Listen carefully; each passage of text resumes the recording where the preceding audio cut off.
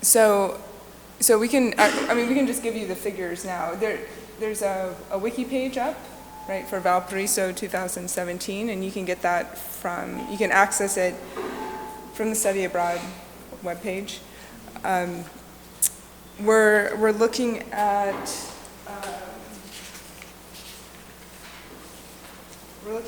program dates of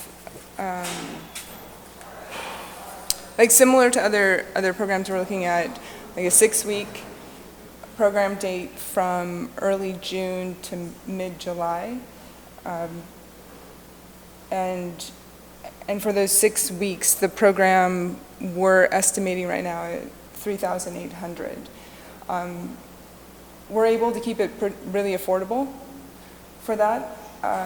It's affordable for a few different reasons. It's affordable because prices in South America in general are more affordable.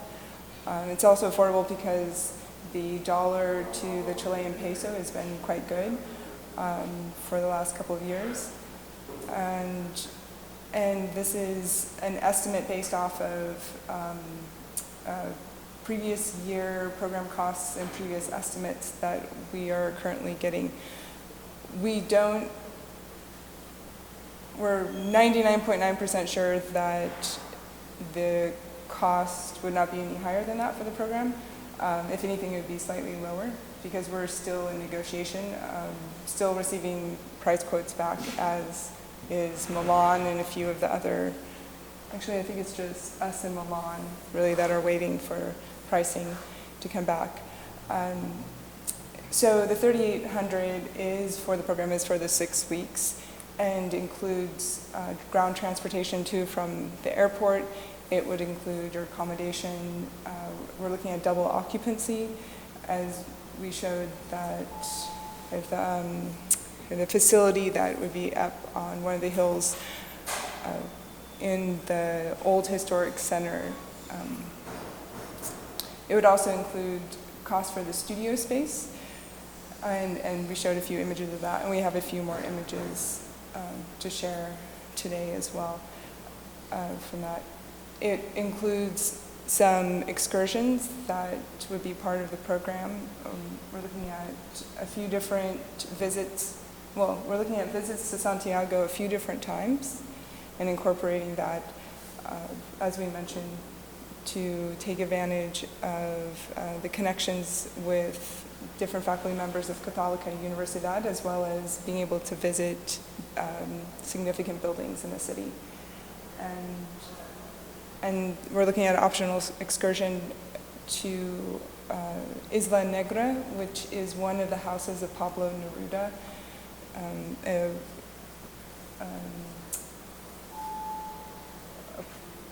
prize winner, a poet, Chilean poet, and along with Gabriel Mistral. What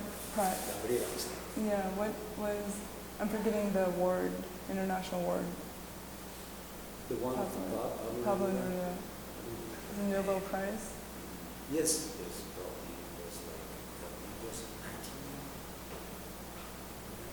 It was late 1960s. Yes. That he was recognized. Anyway, but Pablo Neruda, one of the things he did, he also served as an international ministry, foreign affairs for Chile for a period of time. And so he was out of the country for a bit, and then as well as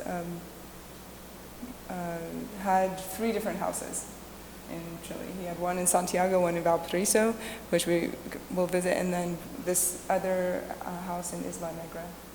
Were we able to get? Yeah, let's say. Why don't we start? Queridos alumnos del Paso, así en remoto, me encanta escucharles, ¿no? Como la luz así en el tiempo. Es un placer estar con vosotros aquí y ahora through the microphone. Okay. Should we start a trip now? Yes. Let's start it. So then why don't, just to launch in, because we really don't need to take that much time today. We just want to help direct you to different resources, touch on the main points, and then share a bit more about the city and the culture. So as we were mentioning, we're anticipating a price of $3,800. There's there's a listing here. Even further up on the website are the links to the studio accommodation and the housing accommodation that are under review. Meaning they're not under review of question, they're under review by they're negotiating prices from the third-party provider right now. The optional excursion, so this will get edited and listed, is an estimated $1,500 we're looking at 6 nights. That would be in Lima, Cusco, and Ollantaytambo. Once you arrive in Peru, then the transportation would be included, as well as the entrances to Machu Picchu and some of the other additional Inca sites. The link, the Google Map link, is intended to take you to the website of the different, yeah, can you pull that up quickly?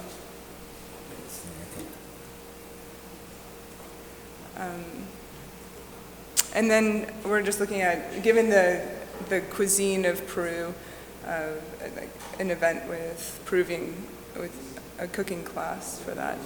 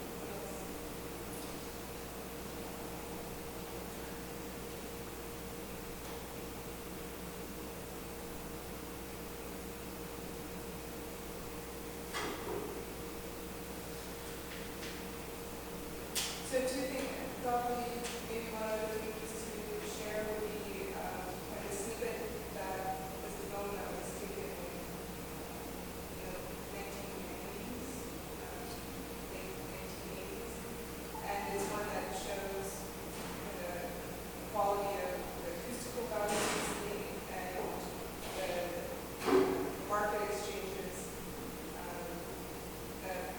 traversing a bit of the sensors as well.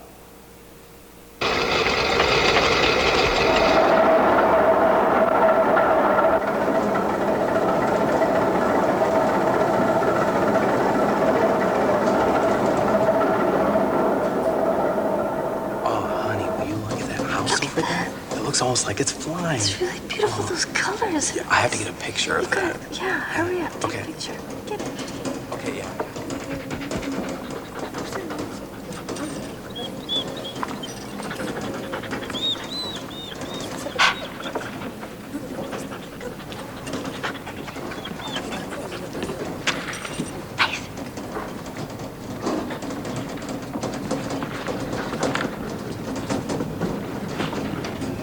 agradable. Ah, ¿qué parece? Sí. Sí, más o menos. Yo soy del Wander. Ah, del Wander, era que usted es del Wander. Eso, ahí compadre, páralo ya. Ahí, vaya parándolo un poco. Eso.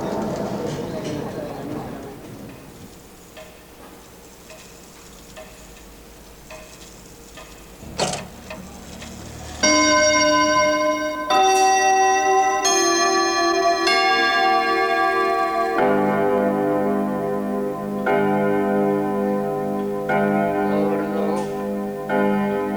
Gordo. Diga, papá. ¿Y qué pasa con mi Ronald que no llega nunca? Ya viene, papá.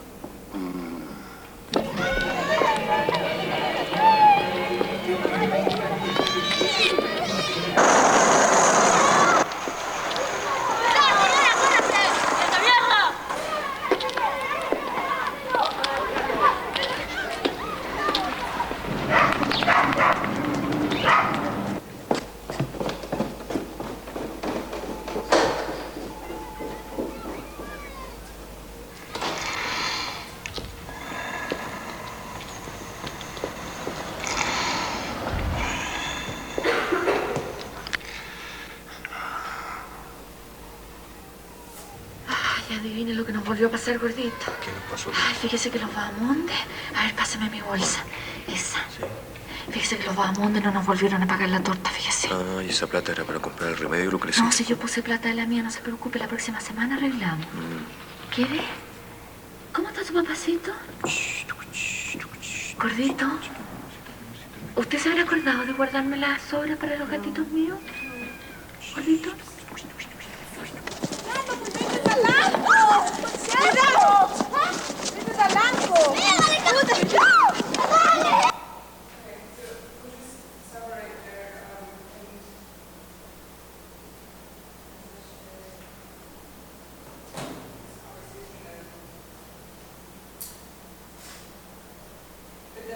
I would encourage you, if you were interested, the video is called La Luna en el Espejo, so the moon and the mirror, and it's about this family dynamicism of a father and a son, and then the woman next door that there's a romance between the son and the woman. But one of the big things about the city, right, is that verticality and having to negotiate across the different locations, across the different hills, from the Plan up to the Cerros. So this is a quick drawing looking at the different hills and some of the namings of the different hills, and each one starts to take on a different identity.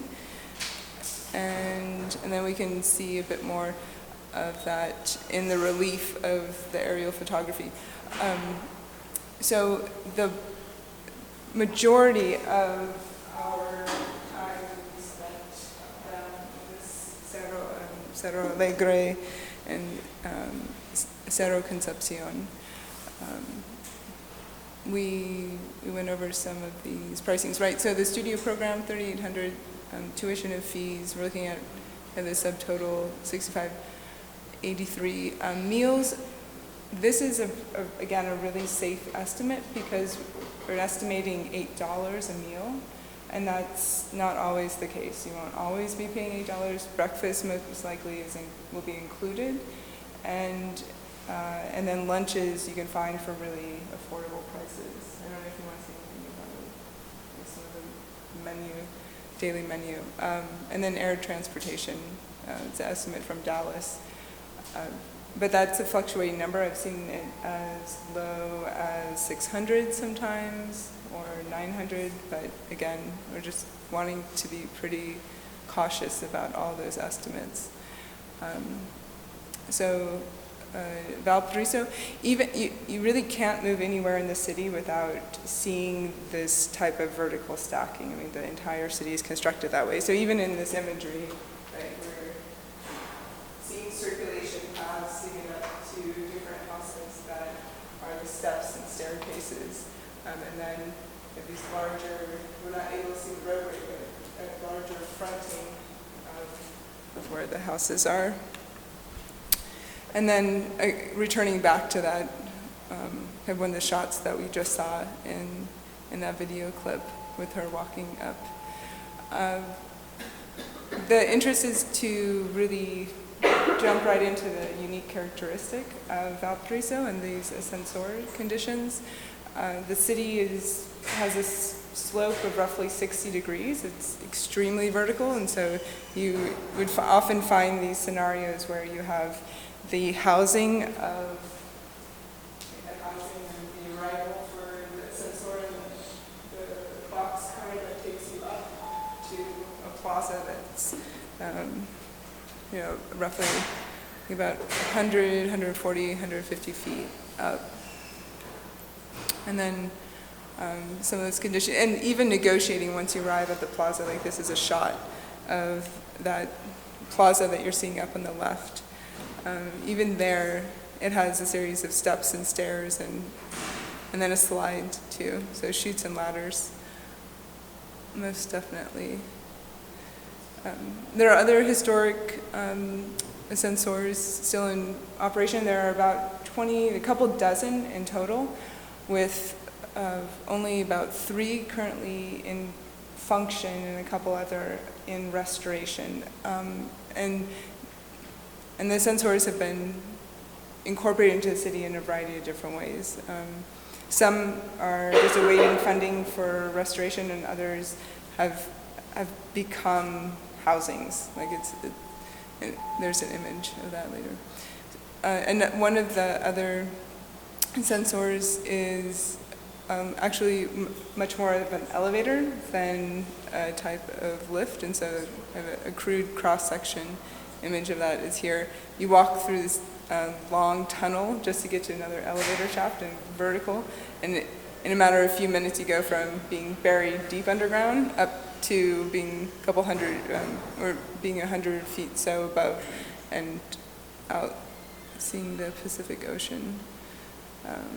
This is another shot of the sensors. Right, so the intricacy of that, if there's a direct functional relationship, and then also an intricacy in the way that the circulation is woven into the city, and both as an architecture and an experience. So here's just an example of one of those images where the pathway, that route, was being used as an ascensor, but stopped being used by the community because of needs of restoration or repair. But instead, the community began building over that track route and constructed a series of different homes in that region. So sensors aren't, of course, the only way of getting around. There are also the pathways, walking and vehicular pathways, or biking, as we've seen, constructed image. But one of the interests that we have with the studio space is to remain close to the plaza of an active ascensor, and so we have that location here off of Dinamarca, which is across the street from the culture plaza, a cultural park. You see that here as well. And so there are a few different studio spaces that they have in this building, and they get rented out they get rented out for temporary use to help support the culture center. The culture center, the park is used for performance, it's used as an art exhibitory, and it's used for different festivals from time to time. They held the Chilean Biennale there, as an example, last summer. And so most likely a studio space that we would be using daily would be more akin to this, but still with natural light. It's important. And then, as you've seen in other images, the verticality of the architecture is also quite significant. So what's quite nice about this restoration project is that there's just the interest of connecting floor to floor and keeping that space. And then some of the images from the outside. What else? She was asking about weather, right? Mm-hmm. You were asking because this fall, right? Yeah, because I know it's winter, so I was wondering like how cold it actually gets. Yeah. So temperature-wise, it doesn't drop. Like temperature-wise, it stays around, if I remember correctly, like 50s or 60s. But in the sun, it's quite nice. But one of the differences is the humidity level. And so that changes the feeling of the temperature. It can often feel colder or, so it would be important. Some days there's rain, but not very often because the rainy seasons are either in the spring or the fall, not so much directly in the winter. We've been quite fortunate, the other times that if there's and it's not so much the storms that we see here, like it'll just be a front that comes in and it might rain for a day, but it doesn't last for very long. But it would be wearing layers, like you would have long sleeves, and it doesn't snow because you're on the coast. But the biggest thing is just making sure that you don't let the coldness of the humidity. The humidity also is, the ocean is really cold. It's a cold that is coming from the south pole. Then the night, temperature goes down, at least in Santiago, because of the currents that are blowing up from the cordillera. So there is a kind of situation like in the afternoon. It's not about the cold, it's more the humidity. The humidity and temperatures make different effects, so you will find the same as something to just comfortable players. Yeah.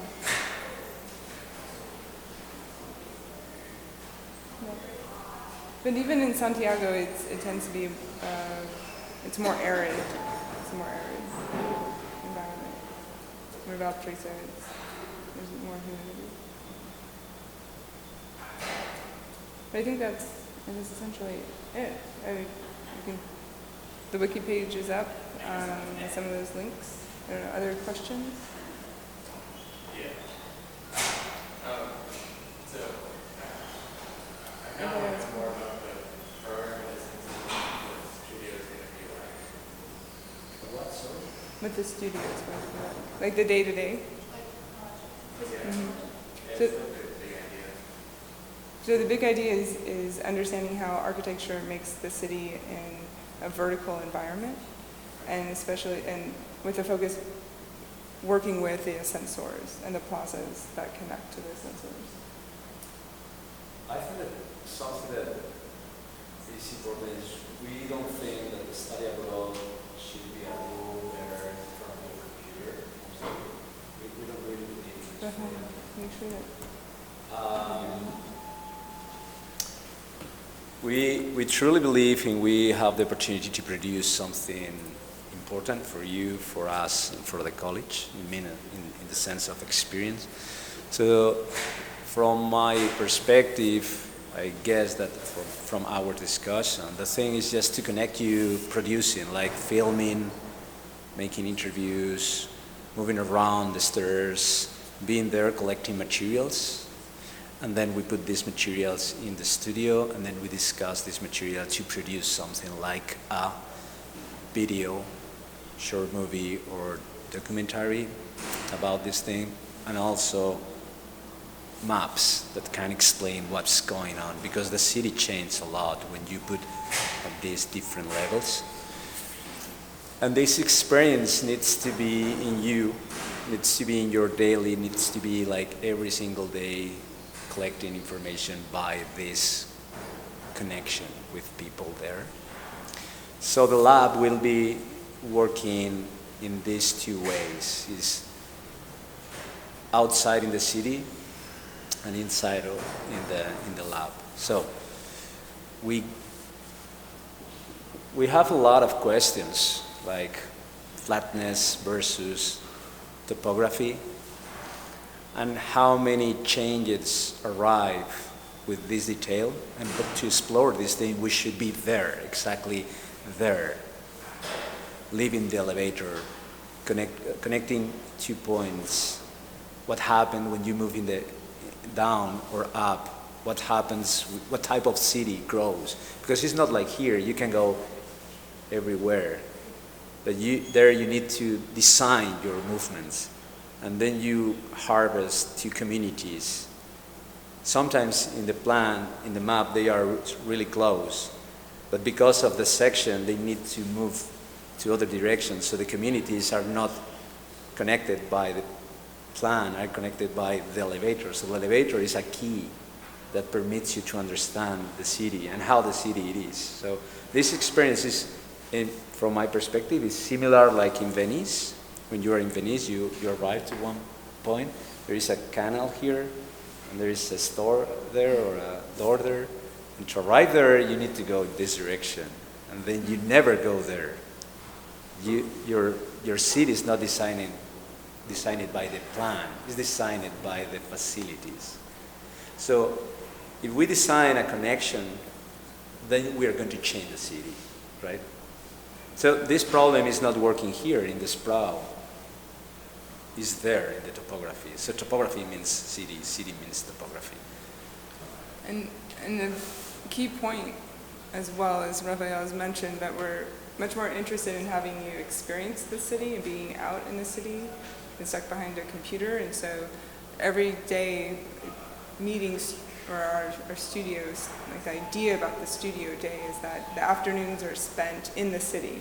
And so we would meet for the morning for a type of catalyst session that would be the discussion or exchange or prompt for the day. But then you're out. During that time, you also have your lunch or whatever else it is that you plan. And then we would reconvene in the evening, more of the evening hours, to again revisit and discuss and have a conversation about that.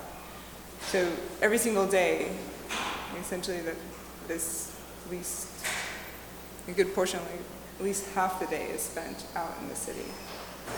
And another reason for that too is because given it's their winter, the daylight hours are less, and we want you to take advantage of that as much as possible. About the product, a little bit, the product of the study abroad. We truly believe that we need to understand this thing as an architectural experience. Of course, we are going to be there enjoying a lot, because we will be there. We will be making a lot of things, but what is more important is to come back with a really good product between our hands. I wish, from my desires, I want to produce a video, a short movie or something like that, narrating this experience, and as a consequence, all the maps, and then the design, but overlapping these 3 things. So we need to be thinking that we are going to produce there with our experience. So this experience needs to manage software that can help us to narrate this thing. So when we will be here, we will be with a lot of materials that could be forwarded to other conversations. We want to put this thing later in other calls, biennales, and things like that. So it's about your experience there. It's about our product collectively. It's about culture. It's about to see architecture through this immersion. So study abroad for us means something more than go there to make something that could be done here. Is to be there in absolutely contact with this specific situation, inhabiting this specific problem and constructing this thing as a real experience that can transform our vision of this flatness. So it's this flatness versus this section. So it's not, it's not It's not just a trip. For me, it's extremely important to use for this time to produce something because it's a really big effort, collective effort and individual effort. So I don't want to be there just passing some weeks in the summer. I want to be there exploring this culture with you and with the city and the problems that can transform our perspective later and here, right? So this is important. I think that this should be on the table just right now. We love to be there, having a really great time, but we need to produce something that can erase our experience as a real experience from architecture to the trip, from the trip to architecture. So the trip, Victoria has a really deep experience about these things. She will guide me to travel inside of this land because she has this experience in her own body. I don't have this experience. I was just there 3 weeks working with my partners there, but I don't have this. And I want to immerse my body, my time, my files, my way to understand this place. And then Peru is a really important tool to understand how topography and this landscape is constructing the real situation. So is here what we have in this sprout is a diagram that can be growing in every direction. There is impossible. It's about techniques.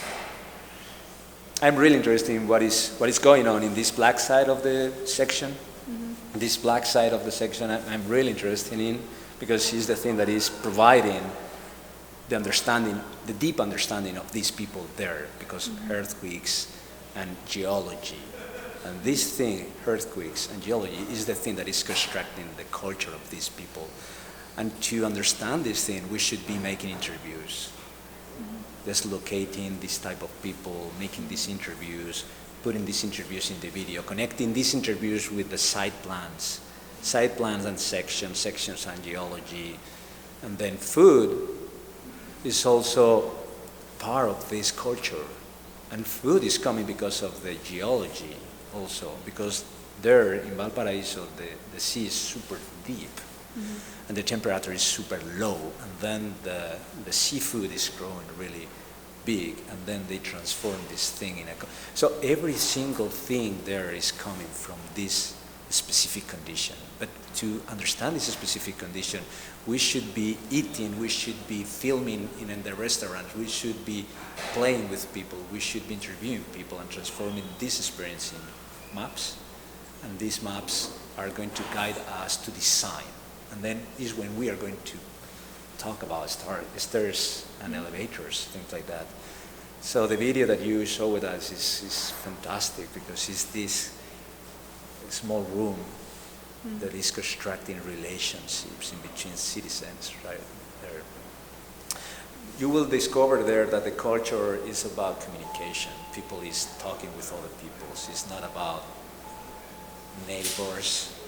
It's about relationship. It's a needlework in between topography, geology, culture, and people. So, and it's a negotiation as well too, because whereas in the city of Lubbock, like there's just so much space that people can often navigate and get from point A to point B fairly uninterrupted. And that's been something that's been supported in the infrastructure, supported in the mode of design. Whereas in Valparaiso, because of this verticality, because of the gravity, because of the resistance, because of the way that topography exists, you're constantly confronting other people, stepping out of the way, negotiating how to maneuver from point A to point B. And it is in this scenario of the way that the life plays out in the streets and in the navigation that's quite exciting. That's where the richness is, for sure. I know a few of you saw, I think I would just play one more video. A few of you already saw this downhill Cerro Bajo, little snippet of urban, but it's an example of one of the extreme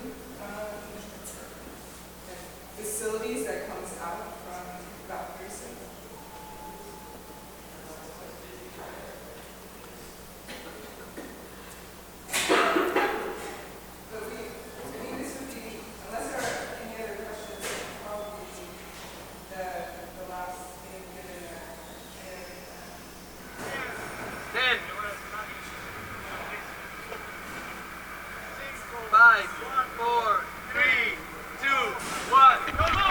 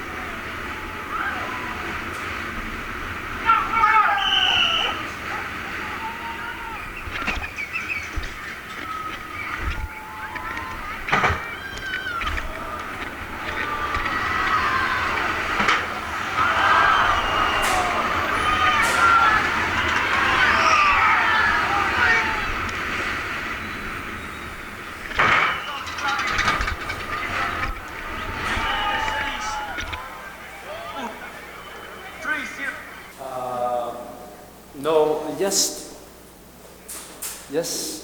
to be sure that the expectation that we have with the study abroad is understood by this presentation. If you have any question, because of probably is the most important decision right now for us. So, I don't know. Do you have any questions about this thing? Have you ever been in Latin America?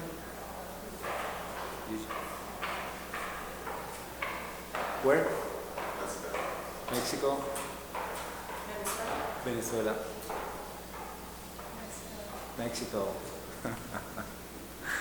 Okay. Taylor? Have you ever been there? No. Okay.